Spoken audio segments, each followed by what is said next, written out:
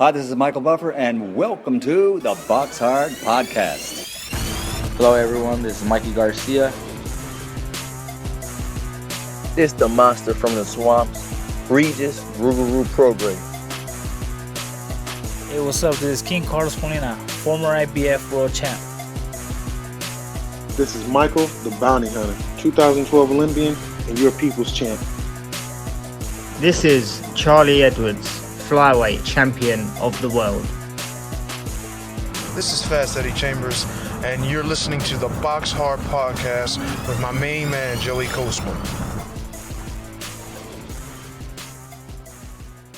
Hello everybody and welcome to episode 368 of the BoxHard Podcast. I'm your host Joey Coastman. I'm joined as ever by former heavyweight world title challenger Mr. Fast Eddie Chambers. Eddie, how you doing this week, my man?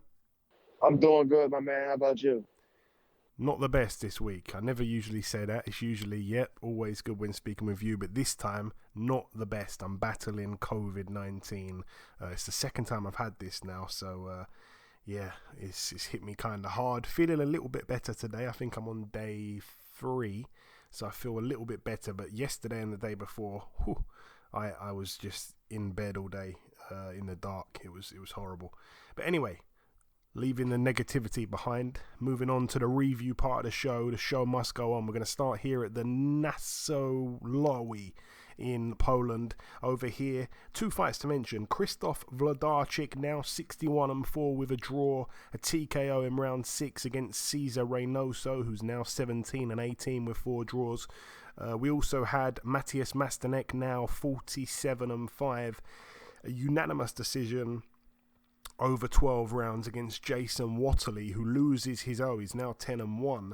The bookies had that fight really close, but I think Mastanek won quite handily over the 12 rounds.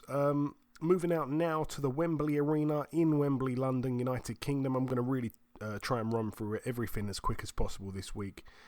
John Hedges with a win, now 7-0, a points win over 6 rounds against Ales Maskovich, who loses his He's now 3-1. John Hedges 7-0.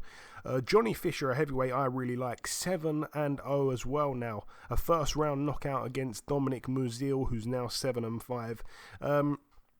I've said it, I think, before. Johnny Fisher, I think he's got quite good feet for a big guy, very big puncher as well. So he can kind of plant his feet and land big bombs.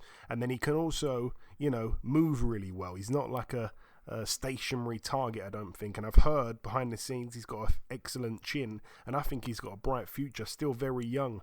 Obviously he looks a lot older than what he actually is. I think he's about 22 or something crazy like that.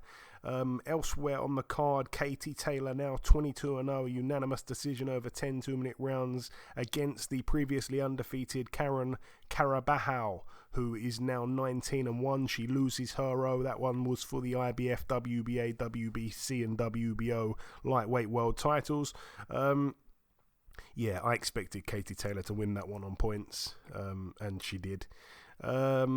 What else did we have? We had Ellie Scottney, another kind of predictable one for me. She was able to win unanimously over 10 2-minute rounds for the EBU European Super Bantamweight title against Mary Romero of Spain, who's now 8-3. Scottney now 6-0. Good win for her. I think she's looked really good, in particular in her last couple of fights. I think she's getting better. Obviously training under Shane McGuigan. And also we had Gary Cully move to 15-0. He got in there with the undefeated Jaude Belmedi, who's now 16-1 with 3 draws. A lot of people losing their O's on this card, it would seem. But yeah, Gary Cully with a first round knockout. I don't think anyone really expected that. Gary Cully, as I said, certainly a really exciting prospect. He's about 6'2". He's a lightweight. He's huge and he can bang. And that's the thing. We don't often see fighters in boxing who are really, really tall for the weight, but can also crack. That's not really something that we see hand in hand. Usually someone who's really tall is a boxer most of the time. They're not someone who stands and stands and bangs and can really crack. Usually they're not really big punchers. That's just the rule. But no, he really can punch, and he proved it once again here with another great knockout. And then we also had Jordan Gill losing again. He's now 27-2 with a draw and a win for Kiko Martinez. He's now 44-11 with 2 draws. It was for the EBU European featherweight title. Gill down twice in the 3rd round and twice in the 4th round. In the end, Dave Caldwell threw the towel in. Just goes to show once again that you can never write off Kiko Martinez. He was a 6-1 underdog at one point during the early parts of when the fight first could be bet on, but then on the actual day, if you tried to bet on it on the day, it went right down to 2-1. So a lot of people were backing Kiko Martinez with the bookies and stuff. So great stuff for him once again. You just can never ever write him off. And as for Jordan Gill, I mean, I think he's been exposed a few times now. He's been exposed even in fights he's won, I think. But to get to the European title, he's been a European champion. I think that's a brilliant achievement in itself. So I'm not hitting him too hard. I don't want to kick him when he's down, but he lost convincingly, and obviously isn't at that level if you needed reminding. And moving out now to the Gila River Arena in Glendale, Arizona, USA. This one was on Showtime pay-per-view. We're just going to touch on the main event. Jake Paul now 6-0. A unanimous decision against Anderson Silva. Anderson Silva down in the 8th and final round. Anderson Silva now 3-2. Still, obviously, has a lot of his old moves. When we talk about his old moves, I'm kind of referencing his time in the MMA world rather than boxing, because I never saw much of his boxing fights. He hasn't had too many, obviously, but Jake Paul won handily, and this was a fight really that the bookies were struggling to see who the favourite was. I know that you watched it, Eddie. Again, we're going to keep it brief because we haven't got all the time in the world, but what did you make of Jake Paul's performance? And, for me, he legitimises himself again just a bit. Yeah, I mean, each win at this point, the better the competition and you get another win, it's going to make you look a little more, qualified to be where you are as a fighter. But it's a 47-year-old man. He still looked pretty good in spots, but he was just fighting in spurts, so it's hard to win rounds over the course of a fight, especially when you're not favored, to be honest. It's Jake Paul's situation, so it's going to be kind of hard to win a decision in that scenario. But I think he gave a good account of himself. He showed he was tough. He showed he still has some of that those spider-like tendencies that he had before as an MMA fighter. I was always a big fan of his MMA career, Anderson Silva. But so it was kind of good to see him, box and do well. But he's just a little too long in the tooth. He's only fighting in spurts, and Jake Paul definitely won the fight. Still see some, I don't want to call it cavemanish movements with Jake Paul because he still seems to be learning. But I still wouldn't want to put him in there with a higher level fighter. And I hear they're talking about trying to rank this dude, and it just shows you, man, boxing is crazy. But he's getting better, but I think he still has a long way to go. Rest of his career is going to definitely be interesting, though. So looking forward to seeing what happens. And moving on to the Pechanga Arena in San Diego, California. This one was on DAZN, of course. On the undercard, Alexis Rocha, now 21-1. A unanimous decision win for him over 10 rounds there against Jesus Campos, who's now 24-4. That one was for the WBO, NABO welterweight title. Elsewhere on the card, two guys that were both 15-0 put their O's on the line against each other, and it ended in a split decision over 10 rounds in favour of Hector Valdez, now 16-0. Good win for him. And the main event, Joseph Jojo Diaz, now 32-3 with a draw. He lost unanimously over 12 rounds to William Zepeda, who's now 27-0. Diaz cut below the left eye in round 4 and cut on the right eye from a head clash in round 6. Zepeda just outworked Diaz really from the get-go. I've said it before, Diaz is too high up in weight. He's obviously got ability, but he's constantly fighting naturally bigger guys, and maybe, I want to say, doesn't train as hard as he should, because he's made some poor choices in his career. We've seen him miss the weight plenty of times. That's why he's up at this weight here, up at lightweight. Really, the guy was a featherweight, wasn't he? So, yeah, he finds himself at lightweight. 2 losses in a row now. The last time out to Devin Haney, this one here to Zepeda, who solidifies himself once again as one of the best contenders out there at 135. But yeah, Zepeda deserved the win, deserved it wide, and a lot of people fancied Diaz to win and couldn't understand why Zepeda was the favourite, but he proves to those people why he was the deserving favourite. And yeah, I think he's a real threat to some of the top guys. People were talking about him getting in there with Gervonta Tank Davis. I like all those fights. I think he's earned his shot, really. And yeah, beating Jojo Diaz, I think, is enough, along with the other things he's done. I think that's enough to get a shot. And there are still some other big fights that can be made at lightweight between the contenders. For example, people were talking about Zepeda getting in there with Pitbull Cruz. So we'll see. But anyway, moving out now to the Madison Square Garden Theatre in New York, USA. Over here, let's start with the undercard. Nico Ali Walsh now 7-0, unanimous decision over 6 rounds against Billy Wagner, who's now 5-3. Richard Torres Jr. with another knockout. This time went into round 3. I think that's the first time he's gone into round 3, if I'm not mistaken. But anyway, he's 4-0. A TKO there against Ahmed Hefny. Elsewhere on the card, Rabisi Ramirez now 11-1. A TKO in round 9 of a scheduled 10 against Jose Romero, who's now 26-3. And the main event, Vasyl Lomachenko now 17-2. A unanimous decision over 12 rounds against Jermaine Ortiz, now 16-1 with a draw. I really liked Ortiz's attitude. He didn't have any overwhelming respect or overbearing respect for Lomachenko. He didn't show him much respect. He fought aggressively. Obviously, the size was with Ortiz. He was a much bigger guy. Lomachenko, I think, was cut on his cheek in the second round, which we don't see very often, especially to see him marked up or cut that early in a fight. Lomachenko did look a little bit rusty for me.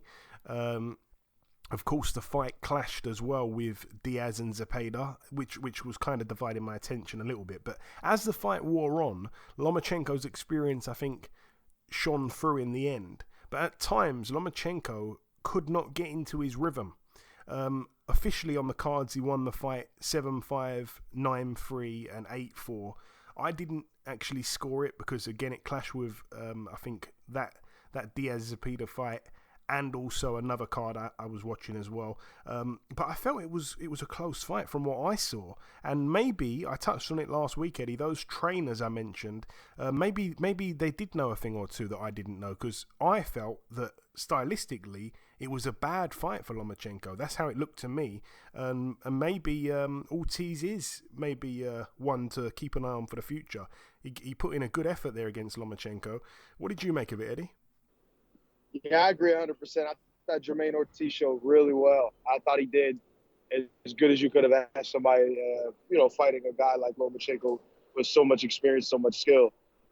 He really did prove that he belongs in the upper echelon in that division. Like you said, he had the size advantage, and I think he utilized it well at times. But, of course, Lomachenko is Lomachenko, and he's going to figure out a way, as we've seen over, time and time again, for the most part. He did look rusty. He did look like he had a little issue in different spots early and into the middle rounds. He was like, you could see, rounds were close, and he was just a step slower in certain points. But as the fight got closer to the end, he started picking it up. It was like he started finding his rhythm late, and it was kind of, if you think about the Lopez fight that he had where he lost that one, it was kind of not necessarily exactly the same or mirroring it so much. It was just the pace of it. Kind of, he waited. He was kind of like hesitant early, trying to find his footing early, and then turn it on in the end. It was, you got that much time in between fights, and you got other things on your mind, and it makes it a little bit, difficult to get solid into a fight, especially early on when you're not as sharp. But all in all, great fight. I love what Ortiz did, and he is one to watch in the future. And I still want to see what Lomachenko could do as he, moves into the further, in the latter part of his career too, and see if he can keep up this run that he's been on. I do just want to say, before we move to the next card, I felt during the Torres and Hefney fight, the Torres and Hefney fight, obviously Richard Torres, the referee, Arthur Mercante, I thought was awful. He was absolutely awful. He was threatening to take points off of Hefney in the first round, which you don't often see. And also, I've never seen this happen before, and I don't know if you saw it, Eddie, you probably didn't, but what happened is Richard Torres was obviously coming forward, trying to get the knockout, trying to put Hefney on the ropes. Hefney had his back on the ropes, and the referee was so close. This is before anything's even landed. It's not like he's about to stop it for any reason. He hadn't even been knocked down at this point. The referee would stand to Hefney's, he would be so close. He'd be blocking an exit route, really, or an exit route, if I'm talking American, for Hefney. So he would block him from moving to one side. And then Torres would kind of obviously cut off the ring on the other side. And it's like he had nowhere to go. The referee was assisting Richard Torres in pinning Hefney down. Time and time again. And was threatening to take points in the first round, like I said. And there was another time where the referee grabbed hold of Hefney while Torres hit him, literally made him defenseless for a second. And then, of course, he ended up taking a point in the end. I couldn't believe it. It was such a bad performance from Arthur Mercante Jr., especially in the heavyweight division. He put that man in so much danger. So I just want to throw that in because that was disgraceful. And moving out now to this one, it took place on Sunday at the Premier Ballroom in Richmond Hill, Canada. Over here, Junlong Zhang, the undefeated Chinese heavyweight, was 19-0 with 18 KOs. He loses his He's now 19-1. He got in with a guy called German Montez, who's now 8-4. And basically, I believe there was a cut on Zhang, and he was stopped on cuts in round 3. So he loses his and that's a bit of a shame, really. Moving out now to the final card to mention of the review part. This one took place on Tuesday, November 1st at the Super Arena in Saitama, Japan. It was on ESPN Plus, if anyone did tune in. We had Jonathan Gonzalez on the undercard with a unanimous decision over 12 rounds for the WBO light flyweight world title against Shokichi Iwata. He loses his He's now 9-1. Gonzalez is now 27-3 with a draw. Shuichiro Yoshino now 16-0. A win there by KO in round 6 against Masayoshi Nakatani, who's now 20-3. That one for the WBO Asia Pacific lightweight title. And the main event, the unification, Kenshiro Teraji now 20-1, a TKO there in round 7 against Hiroto Kayaguchi, who loses his He's now 16-1. So Teraji, now the unified champion, holds the WBA and WBC world light flyweight titles. So great stuff there for him. And also I should mention as well on that card, Junto Nakatani as well, 24-0 now, unanimous decision there. Over 10 rounds against Francisco Rodriguez Jr., now 36-6 with a draw. That's it though for the review part of the show. The final thing for me to do is to welcome this week's special guest. Ladies and gentlemen, please welcome the former light heavyweight world title challenger. It is, of course, Mr. Craig Spider Richards. Craig, welcome back on the show, my man. Thank you for having me on the show. Thank you as always. Always a pleasure, Craig. So we last spoke back in April. At the time, you were just a few weeks out from your fight with Josh Buatsi. Me and you had spoken so many times about that fight before it was officially made. Obviously, then it was made. We did a short interview. And I don't think I've spoken to you on the phone since the loss. First things first, how have you been? Yeah, I've been good. Back in the gym, crafting, preparing for the next contest and living my best life. And tell me, looking back now, Craig, what do you feel went wrong in that fight? Or maybe a better question might be, what could you have done better? I don't think anything went wrong. It was a close fight, opinionated sport, boxing, isn't it? It was a good fight. and it is what it is. Joshua Buatsi is a tremendous fighter. We put it on the line, and yeah, it was good. He got the nod on the night, and yeah, that's boxing. And my last question on Buatsi. I was there from my seat, which wasn't necessarily ringside. You seemed to have a huge round 8. Buatsi looked in a world of trouble, but you were the one who was actually in the ring and looking into his eyes. How close were you to, dropping him, or I don't know, maybe even stopping him? He looked like he was in a lot of trouble from where I was sat. Yeah, it was a good fight. Yeah, obviously I heard him round 8, but like he done well to do what he needed to do to see the round out. Recovered well, regrouped quite well, but he showed a lot of heart. Showed a lot of character, showed a lot of heart, showed a lot of grit and determination, which we knew that's what Joshua's about. That's his thing. So yeah, he done very well. Yeah, it was. I caught him with a shot on most people. I would have probably got out of there, but yeah, Josh done very well. And moving on to the next one, your comeback fight has been scheduled November 26th at the Wembley Arena on the Dillian White undercard. You'll be boxing Ricards Bolotniks. Now, I think this is pretty much the perfect comeback fight. I mean, you could have probably fought someone who nobody had heard of and just grabbed an easy win to see out the year. But Bolotniks, obviously well known for his fight with Buatsi just over a year ago. So not too long ago, still fresh in the minds of boxing fans. He took Buatsi further than any other opponent had done until Buatsi fought you. He took him to round 11. And perhaps more importantly, he does hold a couple good wins against your fellow domestic light heavyweights, Hosea Burton and Stephen Ward. Perfect kind of comeback fight here. Yeah, he won the golden contract. He walked for everyone, really. I think 3 of the fights, he knocked out 2 of them and dropped the other one twice, which could have got stopped. So we know what he's capable. We know he carries power. We know he brings it. We know he's very ambitious. I know he wanted this fight. So obviously, you know me, I accepted, and now we're here. So. And Craig, how do you see the fight playing out? Because as you know, Bolotniks can dig deep. I feel like he can fight on the back foot and the front foot, and likes to have a war. Yeah. I'm all-rounder. I can adapt to it. Obviously, you see in my last fight, I can trade, I can box. I can do it all as well. I've got a good chin, I can bang. So, it is what it is. We'll just see how it plays out November 26th. And what kind of level do you want to jump in with after this fight? And I say this because Dan Aziz seems to be getting better and better at domestic level, but then I know you might view that as a backward step, and that's totally understandable. But tell me, what kind of level are you looking at after this one for the start of 2023? Look, one step at a time. We'll deal with Ricards Bolotniks first and foremost before we start looking at any other opponents and what's next, because nothing will be next if I don't deal with him November 26th. Of course, everything's progress. We want to keep moving forward. Obviously, the main of the aim, I've done all the domestic titles, won the British title, done a lot of domestic clashes. Obviously, the aim always to get to that world title and fulfill my goals. So any way to go to win that world title or work towards that is what I'm looking to do.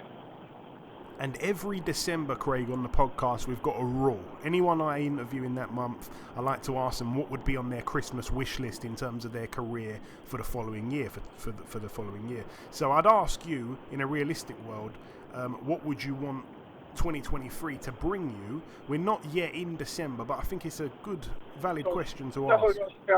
I don't technically have to answer it because we're not in December yet, right? Answer it. Of course, I would love that world title. That's my aim, isn't it? So one way or another, get to that world title shot. This time, make sure it happens. It's the belt I need to collect before I see my time out in the sport. Okay. And one of the kings of the light heavyweight division is in action this weekend. Your former foe, Dimitri Bivol, steps in with Gilberto Ramirez. There you go. Ramirez looks huge, stood next to Bivol, Craig. So how do you see this fight playing out, and what did you make of that lovely Spanish pronunciation you just heard from me? The Spanish not so good, but fight even better. Ramirez is massive for the weight.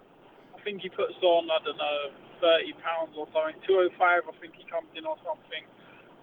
So he's going to be mauling the big like it'll be a big problem with the weight towards Bivol, but Bill's a good operator and can box tremendously. So I'm very interested to see how he deals with this. And your gym mate, John Ryder, we had him on the show last week. I can imagine you're probably slightly annoyed that you're both fighting on the same night at different venues, but he gets in with Zach Parker. How do you see that one going? And try not to be biased. It's a great fight, I think. It's a good fight. I don't know too much about Zach Parker. Haven't watched him that many times.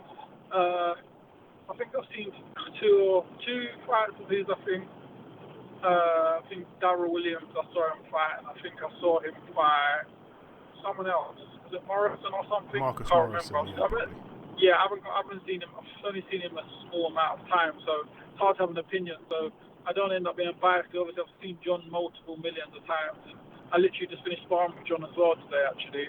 So I've seen John. So it's kind of a biased opinion. Obviously, I'm not always root for my stablemate. Yeah, no, fair enough. And lastly, it was being spoken about that Yarde would fight Beterbiev. I think for whatever reason there's a delay. I think maybe Beterbiev's been injured. If the fight does eventually happen, I think they're eyeing up a date for early next year. How much of a chance do you give Yarde, Craig? I'll give him a chance, of course. He can punch. He's explosive.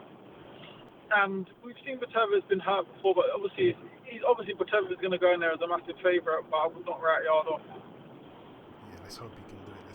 Let's get behind him. And just finally, Craig, say again? Of course I'll be rooting for him. Yeah, for sure. And just finally, before we let you go, Craig, if you've got any closing words just to the listeners, say whatever you like, my man. Just want to say thank everyone for always supporting me and supporting my career. Obviously, thank with my sponsors, Lewis, DR, etc., Mail Team, the lot. And basically, get down November 26th to Wembley Arena if you can. Hit me up for tickets. Cheers! Hit him up for tickets. There we go. Listen, Craig, as you know, it's always a pleasure speaking with you, my man. Thanks for your time, and we'll speak again after the fight. Speak to you soon. Thanks. Okay, now it's time for part 2 on this week's show. Usually the news, but unfortunately no news to mention. If anything does develop from now to the end of the show, I will mention it on the outro. So moving straight on then to the preview part, we're going to start here with a card that takes place later tonight at the Quiet Cannon Country Club in California, USA. It's going to be on USA UFC Fight Pass. Over here we have Sergei Bohachuk, 20-1 as a pro. He's the guy that got to, I think it was 18-0 with 18 KOs. Then he got knocked out when he got in with Brandon Adams. Since then, he's come back with 2 knockout wins. So he's 20-1 with 20 KOs. He gets in with Aaron Coley, who's 16-4 with a draw. It's over 10 rounds for the vacant WBC Continental America's Super Welterweight title. Moving out now to a really weird one. Takes place tomorrow, Friday, November the 4th, at the Superdome Arena in Tanzania. And on the undercard, heavyweight big baby Jarrell Miller, 25-0 with a draw, gets in with Awad Tamim, who's 15-5. I just don't understand how Jarrell Miller has found himself in Tanzania of all places. I mean, that really is random. And the guy he gets in with, this Awad Tamim, been a pro since 2003. So been a pro for, 19 years. 38 years of age. Only had 20 fights. Got knocked out by Bogdan Dinu in 1 round. Got knocked out in 3 rounds by Timur Ibragimov. I mean, we're really going back now. Got knocked out by Denis Bakhtov as well in 3 rounds. Anyway, all the best to Tamim, who's a 6-foot tall heavyweight. Yeah, unbelievable. What else do we have? Moving out now, this one takes place on the Saturday. This one takes place at the Rudolf Weber Arena in Oberhausen, Germany. Over here we have Zan Kosabutski. Someone's, I think, going to sleep in this fight here. Zan Kosabutski, 18-0, 17 KOs. He gets in with Hussein Mohammed, 17-0 with 14 KOs. So 35-0 combined records with 31 KOs. Somebody I think will be going to sleep. It's obviously at heavyweight for the WBC International title. On the undercard, Jose Lardu as well, 8-0, gets in with Ali Keedin, who's 16-1. That's for the WBC International Silver Heavyweight title. Moving out now to the Etihad Arena in Abu Dhabi. Over here, this one is going to be on DAZN. I'm going to try and run through this as quick as possible. On the undercard, Campbell Hatton, 8-0, no opponent just yet for him. Former world champion, friend of the show, Cao Yafai, 26-1 in a 10-rounder against Gerald Paklar, who's 16-5 with 3 draws. We have Galal Yafai, 2-0, fighting here, defending his WBC International Flyweight title against Gohan Garcia, who's 12-1 with a draw. I feel like I've seen that name before, actually, Gohan Garcia. Let me double check where I've seen that one. Definitely feel like he fought someone recently. No, seems like I've totally made it up. Okay, elsewhere on the card, Chantel Cameron, friend of the show, 16-0, gets in with Jessica McCaskill, friend of the show, 12-2. This one could really steal the show. I think it probably does go the distance. I think Chantel Cameron should win the fight. McCaskill's a real dog, though, of course, as well. Chantel puts her IBF and WBC super lightweight titles on the line, but also they've got the vacant IBO, WBA, and WBO super lightweight titles on the line, so the winner becomes undisputed. Jessica McCaskill, of course, moving down to 140 from 147, where she's the undisputed champion there. If Chantel Cameron wins, I think there's a chance Chantel could move to 147 for the rematch to see if she can become undisputed there. So it's a great fight, but of course I have to pull for Chantel Cameron. Probably my favourite female, in fact my favourite female fighter by far. I don't even know why I hesitated there. Fabulous fighter, love watching her fight. Elsewhere we have Shakhanzon Rakhimov, 16-0, fighting with a draw, 16-0 with a draw to Jojo Garcia, by the way. He fights here for the vacant IBF World Super Featherweight title, which of course was taken away from Joe Cordina when he got stripped for having a hand injury. In steps Zelfa Barrett, 28-1. He's massively up against it. If you don't know Rakhimov, you know, if you're a casual fan, you might not understand why, but Rakhimov can really, really fight. I hope Zelfa Barrett can pull it off. Obviously, lost his brother, of course, who got murdered years ago, and a lot of people really kind of supported him since then. And then recently lost his mother as well, so hasn't had any good luck outside of the ring. So I hope that he can turn it around and obviously, you know, do something amazing for himself, for his family, and for Manchester. And the main event, Dimitri Bivol, 20-0, the first time he's fought here since beating Canelo. He defends his WBA Super World Light Heavyweight title against the undefeated 44-0 Gilberto Ramirez, who I think probably has the longest undefeated streak right now in boxing, certainly at the top level at least, that's a fact. Eddie, give it to me quick. We're running out of time, of course, but Bivol, excellent boxer, shown it to us time and time again, but the size is with Ramirez. Ramirez looks huge, and he hasn't yet put on his infamous 29 pounds overnight yet. Well, this is interesting. Honestly, I haven't seen a ton of stuff from him, but like you said, he is a big guy. And I think Bivol is going to be in a slightly different situation than he was with Canelo, obviously, being that he's going to be outsized in this fight. So his skills are going to have to really shine through. This guy's got obviously a winning heritage. He's been doing it like you said, he probably has the longest streak in boxing right now. And we're going to have to see if Bivol's, I don't want to say, dare I say, awkward boxing style is going to work in this fight situation here.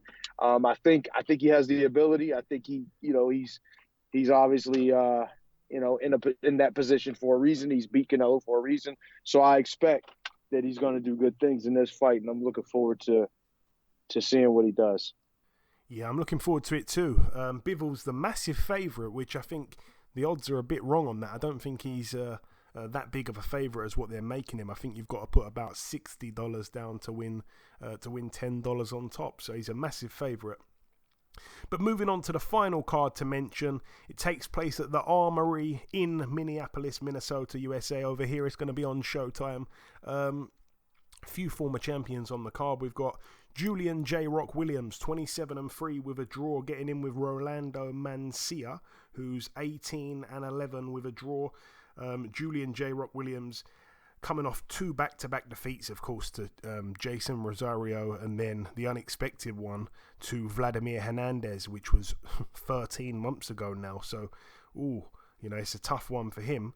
Haven't seen the opponent fight just yet, but I think Williams seems like he's really almost at the end of his career. We also have Andre Durrell, 28-3, getting in with Unieski Gonzalez, 21-4.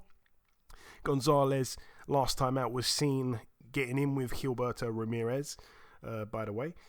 We have Jason Rosario, the Banana, 23-3 with a draw, getting in with Brian Mendoza, who's 20-2. That's over 10 rounds there at middleweight. And the main event, David Morrell, 7-0, defending his WBA World Super Middleweight title over 12 rounds against Aidos Yabosinuli, whose name I've probably completely butchered, but he's 16-0, and I've got to be honest, haven't seen a second of him fight. So I'm going to hold my hands up and apologise in advance because I've got no idea how good he is. But what that means is that we're going to get through this part of the show much quicker. So anyway, that wraps up the preview part of the show. In part 1, we did the review part. We had our special guest, Craig Spider Richards, really good friend of mine. And then in part 2, we did no news because there was nothing there. And then we wrapped up just there with the preview part. The final thing for me to do is to come in with the outro, which I'll do in just a few seconds. Okay, and this wraps up episode 368 of the BoxHard Podcast. I've been your host, Joey Coastman.